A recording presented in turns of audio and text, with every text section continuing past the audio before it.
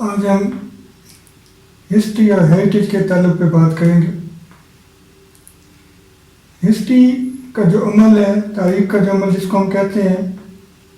عمل تاریخ کا سب سے بڑا آؤٹ پٹ ایک انسانی ورثے کی تشکیل اور تخلیق ہے، جس کو ہم ہیریٹیج کہتے ہیں۔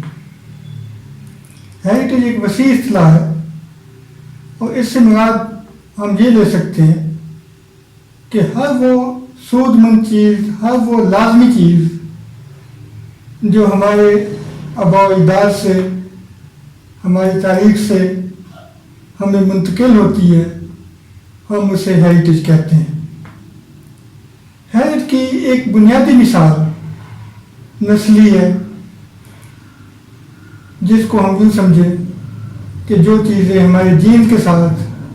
ہمارے آباء و اجداد کے جسم اور روح کی ہمارے جسم اور روح میں منتقل ہوتی ہیں، یہ ایک بنیادی تصور ہمارے پاس موجود ہے، جو آج کی دنیا کا سب سے طاقتور علم بن چکا ہے، جس کو ہم جینیٹکس کے نام سے جانتے ہیں۔ اسی طرح سے ایک دوسری جو ہیریٹیج ہوتا ہے وہ ہمارا کیا کہنا چاہیے ہمیں، کہ جو ہم سیکھتے ہیں اور یہ سیکھنے کا عمل ہماری جینز کے ساتھ منسلک ہو جاتا ہے۔ اس میں جو ہم اپنے ماحول سے، کلچر سے اور ہیبٹ سے، اپنے والدین کی ہیبٹ سے، اپنے دوستوں کی ہیبٹ سے سیکھتے ہیں، ایک ہیریٹیج کا تعلق یہ بن جاتا ہے، جو ہماری عادات کی شکل میں، ہمارے بزرگوں کی عادات کی شکل میں، ہمارے رسم و رواج کی شکل میں، ہمارے جو ہے بہت سارے ایسے عناصر کی شکل میں ہمارے پاس منتقل ہوتا ہے، جن کے بارے میں ہم سوچتے نہیں بلکہ صرف ان پر عمل کرتے ہیں۔ لیکن یہ دونوں چیزیں عمومی نوعیت کی ہوتی ہیں، اور ان کی عمومیت کا تاثر یہ ہے کہ وہ چاہے ایک ان پڑھ شخص ہے، ایک پڑھا لکھا شخص ہے، ایک کمزور شخص ہے، ایک طاقتور شخص ہے، ایک شہری ہے، ایک دیہاتی ہے، سب اس طرح کی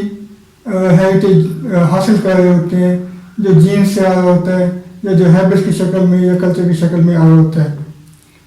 لیکن ہیریٹیج کی ایک جو بڑی ایگزامپل ہے اور جو سب سے طاقتور ایگزامپل ہے، وہ ایگزامپل ہے کہ جب انسانوں نے اجتماعی طور پر کچھ ایسی چیزیں تخلیق کی جو دوسرے انسانوں کے کام آ سکتی ہیں، وہ جینز میں نہیں ہے لیکن وہ تخلیق میں ہے، اور تخلیق بھی صرف فکری نہیں بلکہ مادی شکل تک پہنچتی ہیں، اور وہ اتنی طاقتور ہوتی ہے کہ جنریشن کی جنریشنز ان کو استعمال کرتی ہیں، اور پھر بھی ان کی ضرورت اور ان کی اہمیت قائم رہتی ہے۔ ہیریٹیج کا یہ تصور تہذیبوں کے ساتھ وابستہ ہے۔ تہذیبیں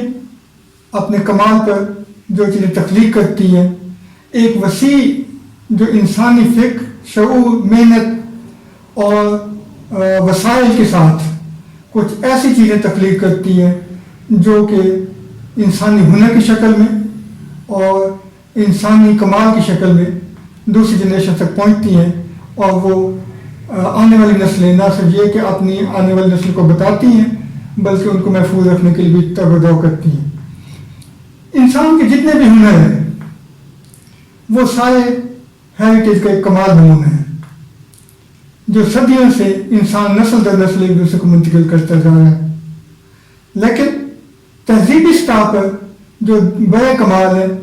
وہ یہ ہے کہ انسانوں کے ایک بڑے اجتماع کو، ایک بڑے علاقے کو، ایک بڑے ملک اور سلطنت کو ایک ایسے انتظامی اور تخلیقی ڈھانچے میں منسلک کرنا جو کہ آنے والی کئی نسلوں تک اہم رہتا ہے، اور اس کا کوئی متبادل تخلیق نہیں ہو پاتا۔ ہیریٹیج کی یہ جو مثالیں ہیں یہ ہمیں بہت ساری شکلوں میں ملیں گی، ہمیں سیاسی نظام کی شکل میں ملے گی، ہمیں جو ہے وہ لوگوں کے مسائل حل کرنے کی شکل میں ملیں گی، اور اس کے ساتھ ساتھ سب سے اہم یہ کہ اس جو ہیریٹیج ہے، اس کا جو اظہار ہے وہ ہوتا ہے بڑے بڑے اداروں کی تعمیر کی شکل میں، بڑی بڑی عمارتوں کی تشکیل کی شکل میں، اور کلچرل کمیونیکیشن کی شکل میں. اور یہ جو ادارے اور کلچرل کمیونیکیشن ہوتی ہے یہ ہزاروں سال تک انسانوں کے لیے نمونے کا کام کرتی ہے. یہ نمونہ ہمیں انسانی تاریخ کے علم میں، انسانی تاریخ کے وسائل میں یہ جو نمونے ہمیں دنیا کی مختلف تہذیبوں نے ایسے دی ہیں جن کو آج بھی ہم یاد کرتے ہیں. مصر کی تہذیب ہے، بیبلونین سویلائزیشن ہے، ہڑپا سویلائزیشن ہے، چائنیز سویلائزیشن ہے. انہوں نے ایسی چیزیں تخلیق کی جو آج بھی انسانوں کے سیکھنے کے کام آتی ہیں، انسانوں کے فلاح کے کام آتی ہیں اور آج بھی نمونہ ہیں. خاص طور پر ان کے جو آرکیولوجیکل ریمینز ہیں وہ ہمیں بہت ساری انسائٹس دیتے ہیں، ہمیں بہت ساری چیزیں سکھاتے ہیں، اور ان کے سیکھنے کی وجہ سے ہم مستقبل میں نئی منزلوں کا تعین کرتے ہیں. تو ہیریٹیج کا یہ تصور جو ہے یہ بڑا دلچسپ ہے. اور اس کی جو سب سے بڑی علامت ہوتی ہے وہ آرکیٹیکچرل اور آرکیولوجیکل سائٹس ہوتی ہیں جو مختلف شکلوں میں موجود ہوتی ہیں، جن میں مختلف قلعے ہیں، عمارتیں ہیں، محل ہیں، گھر ہیں، یہ سارے جو، اور اس کے ساتھ ساتھ شاہراہیں ہیں جو تہذیبیں انسانی فلاح کے بڑے سمبل تخلیق کرتی ہیں، جو انسانی فلاح کے بڑے ماڈل تشکیل کرتے ہیں. وہ اتنے اہم ہوتے ہیں کہ وہ دوسری تہذیبوں کے بھی کام آتے ہیں. تو ان کی ایک کمیونیکیشن اور ٹرانسپورٹیشن ہوتی ہے. یہ کمیونیکیشن اور ٹرانسپورٹیشن جو ہے یہ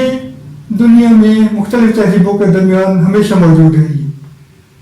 اسی کمیونیکیشن اور ٹرانسپورٹیشن کے جو وجہ سے ایک بڑا اہم مباحثہ یہ ہوتا ہے کہ کون سی تہذیب نے کس تہذیب کو متاثر کیا اور کون سی تہذیب پہلے تھی اور کون سی بعد میں تھی، اور اس میں پرائورٹی کس کو ہے اور اس میں انفلوئنس کس کا زیادہ ہے. حقیقتاً کمیونیکیشن اور ٹرانسپورٹیشن دو طرفہ ہوتی ہے. ہر تہذیب دوسری تہذیب کو اپنا ورثہ منتقل کرتی ہے، وہ ورثہ جو ایک تہذیب کے پاس نہیں ہوتا. اور دنیا کی کوئی بھی تہذیب ایسی نہیں ہے اس وقت، جتنی بھی تہذیبیں دریافت ہوئی ہیں، جتنی تہذیبوں کے آثار موجود ہیں، ایون جو آج کی تہذیبیں ہیں، ان میں سے بھی کوئی تہذیب ایسی نہیں ہے جس نے کسی دوسری تہذیب سے ورثہ حاصل نہ کیا ہو اور اس کو محفوظ نہ کیا ہو اور اپنے کلچر کا حصہ نہ بنایا ہو. تو یہ کلچرل کمیونیکیشن اور ٹرانسپورٹیشن سب سے اہم کام ہوتی ہے.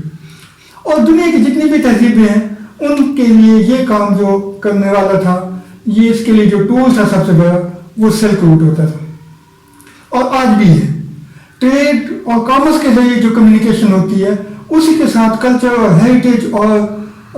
ریسز کی ٹرانسپورٹیشن ہوتی ہے، اسی کے ساتھ جو ہے کمیونیکیشن ہوتی ہے کلچر کی، اسی کے ساتھ جو ہے وہ نسلی اختلاط ہوتا ہے، اسی کے ساتھ ملٹی کلچرل اور کلچرل کمپاؤنڈز بنتے ہیں، اور اسی کے ساتھ ہی جو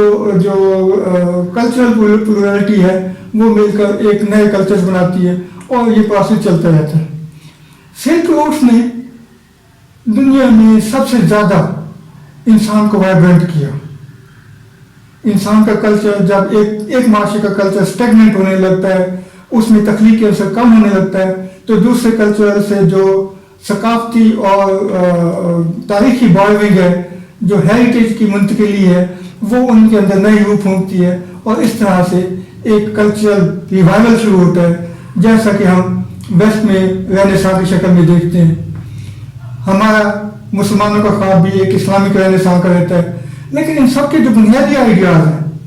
وہ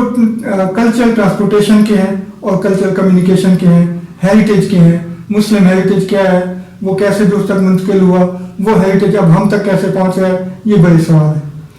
جو اینشینٹ جو مونومنٹس ہیں، جو آرکیولوجیکل سائٹس ہیں، وہ ہمیں بتاتی ہیں کہ انڈیا کے سمبلس اور مصر کے سمبل کیسے آپس میں ملتے ہیں. یعنی 19th سینچری تک ایک کلچر ہے جو ہیریٹیج ہے، اس کی ٹرانسپورٹیشن کا ایک بڑا کنسیپٹ یہ تھا کہ انڈیا سے جو ہے وہ کلچر اور ہیریٹیج ٹرانسپورٹ ہوا ہے مصر میں اور یونان تک. اسی طرح 19th سینچری کے اینڈ پہ جو کلچر ٹرانسپورٹیشن اور ہیریٹیج کے ٹولز تھے وہ بھی اسی طرح سے تھے کہ نہیں، یونان سے جو ہے وہ چیزیں جو ہے ماڈرن ورلڈ میں ٹرانسپورٹ ہوئی ہیں، فلاسفی ٹرانسپورٹ ہوئی ہے. اسی طرح سے جو